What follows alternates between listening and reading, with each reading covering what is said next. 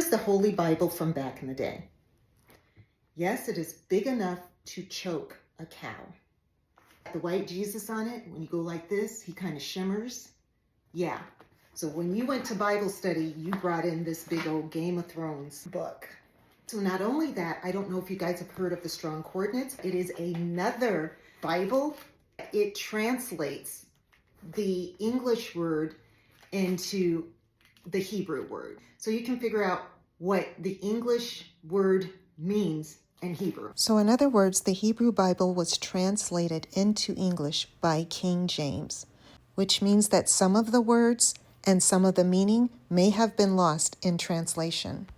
Guys, I've been to every kind of church imaginable, so I'm very comfortable in the word. There was a point in my life where things got a little annoying for me. And it started with this girl that I met at church. And I've been to all kinds of churches, the Holy Roly Church, the concert church, the Baptist one where they dance in the middle of the aisle, puts the service over and you're hungry. In this in particular church, I met this girl.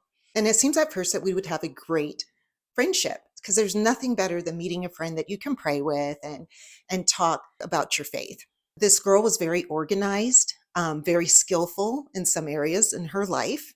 She had dabbled in the corporate world for a while, so she was very structured in life. So as our friendship progressed, I noticed that she was becoming a little too domineering over my faith life. She would call and say, hey, on Tuesday, we're going to pray and study the Bible into 2. I didn't get a say about it. But she would just be calling like, girl, on Tuesday. It was getting like a little Mean Girls. And on Wednesday, we wear pink or something like that.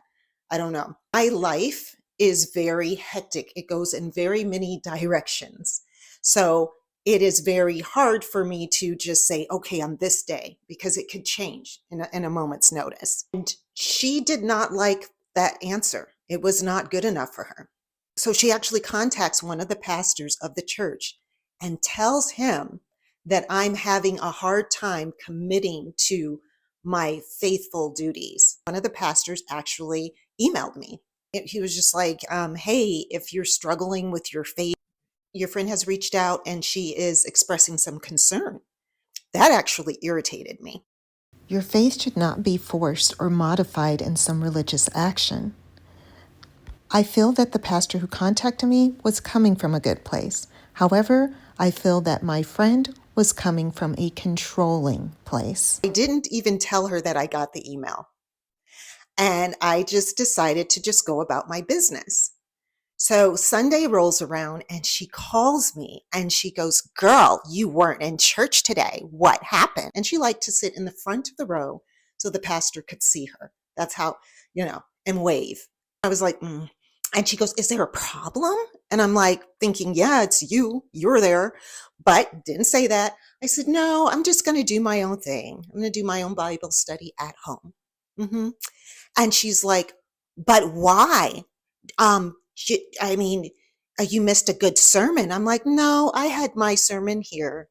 And she goes, oh, well, what did you study? In particular day, I studied about how God tests a person's motives, like he can see what's in their heart. I did tell her, God tests your motives, And she says, how did you know? Because that's what we studied. Did you email the pastor? Were you talking about me? Now, let me tell you something about shady people.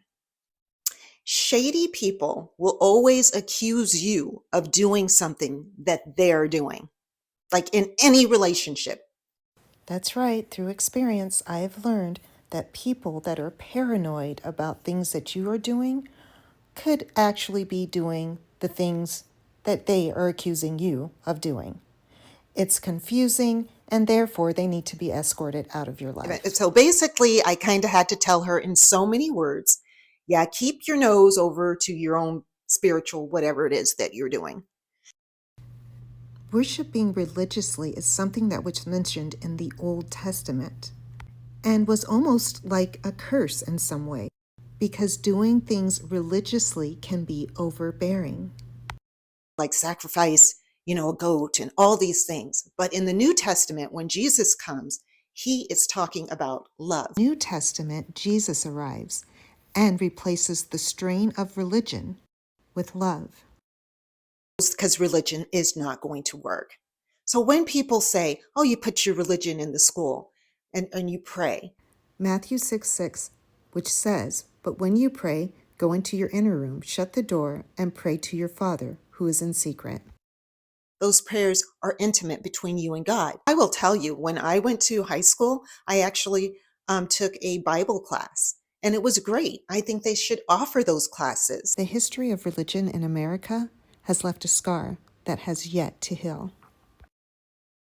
From the spin-off series Yellowstone, 1923 depicts true events of Indian girls being abused in their boarding school by nuns. It would appear true that religion was used to control minorities out of fear. Religious leaders are always seeking control, such as the Pharisees. Their tactics were no match for the Son of God. So these are a couple of things that block love: racism, judgment, jealousy, backstabbing.